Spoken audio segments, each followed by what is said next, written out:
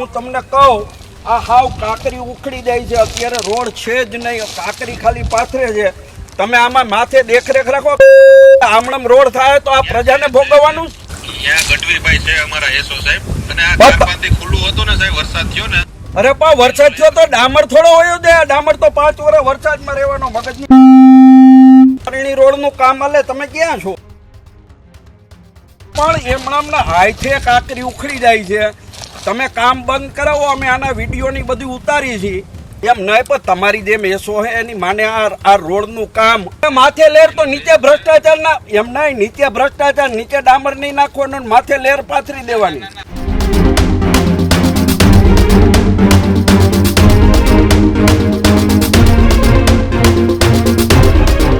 સમાચારોમાં આગળ વાત કરીએ એ સરકારી કામોમાં ચાલતી લોલમ લોલની, કે જ્યાં સરકાર કરોડો રૂપિયાના એ રોડ મંજૂર કરે છે, પણ જ્યાં એ રોડ એ સારી રીતે બનાવવાના બદલે એ અધિકારીઓ અને નેતાઓ એ પૈસા બારોબાર ચાવ કરી અને જનતાને મૂર્ખ બનાવવાનો ધંધો કરે છે.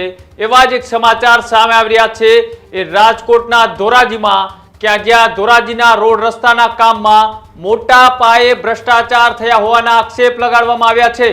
પૂર્વ ધારાસભ્ય લલિત વસોયાએ એ રોડ રસ્તા બાબતે ગંભીર આરોપ લગાડ્યા છે. ધોરાજીના ફરેણી ગામ નજીક ચાલતા કામમાં ભ્રષ્ટાચાર થયા હોવાના તેમને પુરાવા પણ રજૂ કર્યા. આરએનબી વિભાગ હસ્તક ચાલતા કામમાં મોટા પાયે એ ભ્રષ્ટાચાર થયા હોવાના આક્ષેપ એ પૂર્વ ધારાસભ્ય લલિત વસોયાએ લગાડ્યા છે. રાજ્ય સરકાર દ્વારા 3 કરોડ રૂપિયાના ખર્ચે એ કામ મંજૂર કરવામાં આવ્યું હતું. થોડા દિવસ પહેલા ધારાસભ્ય મહેન્દ્ર પાડલિયાએ આ કામનું ખાતમુહૂર્ત કર્યું હતું. ખેડૂતો સાથે મળી લલિત વસોયાએ ભ્રષ્ટાચારના આક્ષેપો એ ત્યાં સ્થળ ઉપર જઈને કર્યા છે. કાકરી હાથેથી ઉખડી જાય તેવા એ રોડ બનાવ્યા હોવાનો વિડીયો પણ તેમના દ્વારા વાયરલ કરવામાં આવ્યો છે.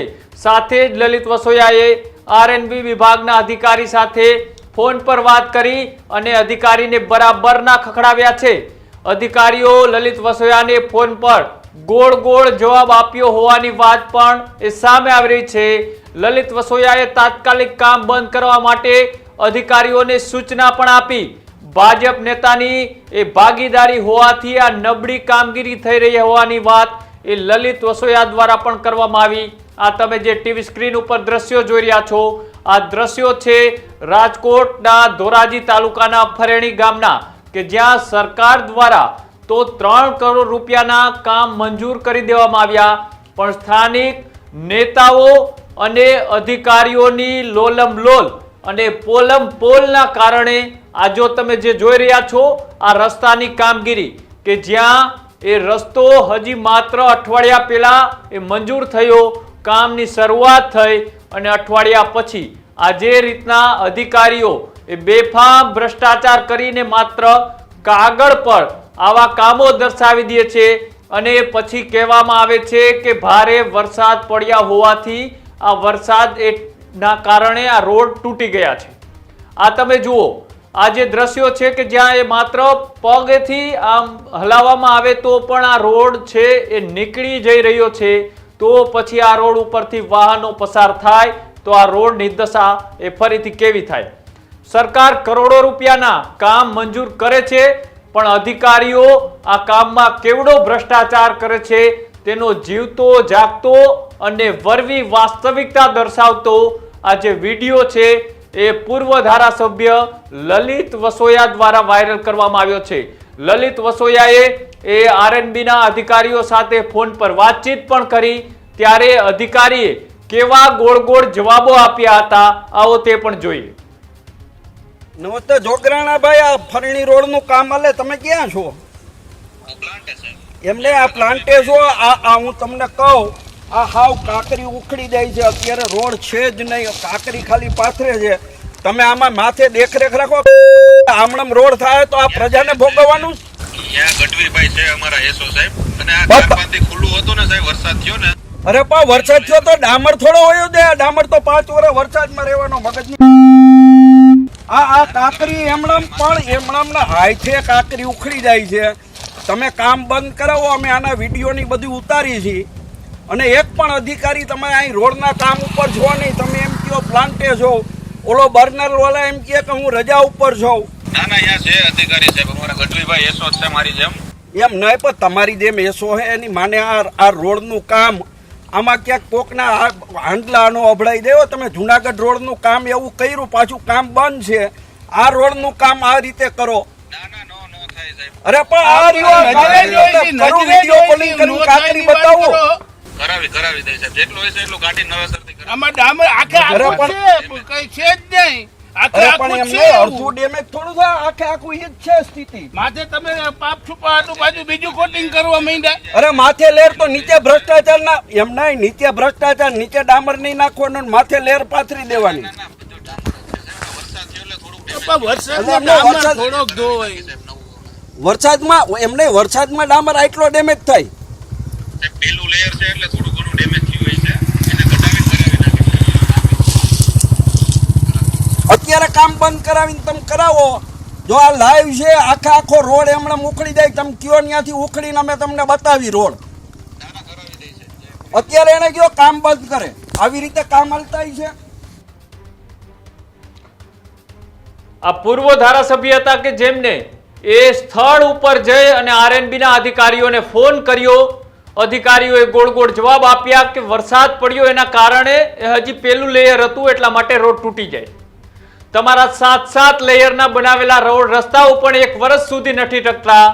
મારે દુઃખ સાથે કહેવું પડે છે કે જ્યારે અંગ્રેજોએ આ દેશ ઉપર શાસન કર્યું, આ દેશ છોડીને ગયા, તેમ છતાંય હજી તેમની બનાવેલી ઇમારતો, તેમને બનાવેલા રોડ રસ્તાઓ, ગટર વ્યવસ્થાઓ હજી પણ એ હડીખમ છે.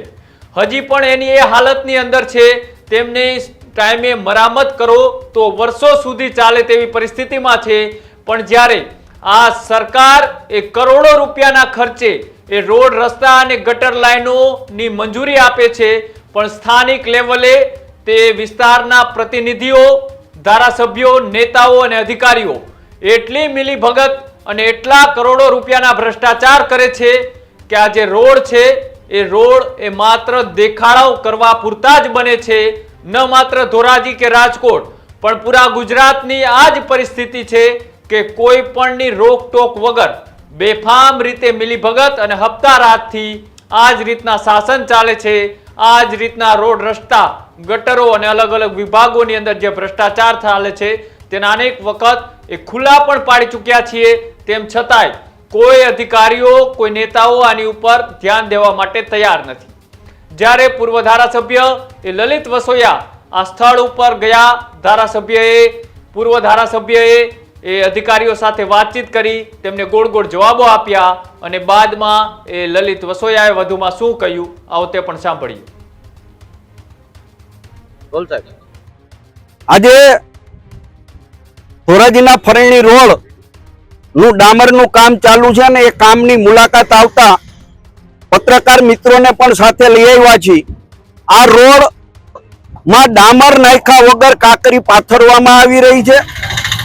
26 તારીખે આ વિસ્તારના ધારાસભ્ય શ્રી આ રોડનું ખાતમુહૂર્ત કરે અને આજે આ રોડ ખાલી ધૂળ ભેગી કરતા હોય, માટી ભેગી કરતા હોય એની જેમ આ કાંકરાઓ ભેગા થઈ જાય છે. ડામરનું પ્રમાણ નહીવત છે. રોડ ઉપરનું કામ ચાલુ હોવા છતાં એક પણ અધિકારી આ રોડ બની રહ્યો છે ત્યાં હાજર નથી. ટેલિફોનિક વાતચીત કરતા વરસાદને કારણે રોડની આ સ્થિતિ છે એવું જણાવી રહ્યા છે. હું આ વિડીયોના માધ્યમથી, પત્રકારોના માધ્યમથી, ટીવી ચેનલોના માધ્યમથી રાજ્ય સરકારને વિનંતી કરું છું કે આના માટેના જે કાંઈ જવાબદાર અધિકારીઓ હોય એની સામે પગલાં લેવામાં આવે. આજથી 2-3 મહિના પહેલા જુનાગઢ રોડનું કામ આ જ રીતે હાલતું હતું, એ કામ અટકાવવામાં આવ્યું. કામ સરકારને બતાવવામાં આવ્યું કે આટલું નબળું કામ ચાલી રહ્યું છે. એ કામ આજની તારીખમાં અધૂરું મૂકી અને કોન્ટ્રાક્ટરો વયા ગયા છે. આજે આ ફરેણી રોડની પણ આ સ્થિતિ છે. ધણી ધોરવી વગરનો આ ખેતર હોય અને બાવો રખોલ્યો હોય એની જેમ કોન્ટ્રાક્ટરો કામ કરી રહ્યા છે. જો આ કામ યોગ્ય રીતે કરવામાં નહીં આવે તો કોંગ્રેસ પાર્ટી દ્વારા આ કામ અટકાવવામાં આવશે.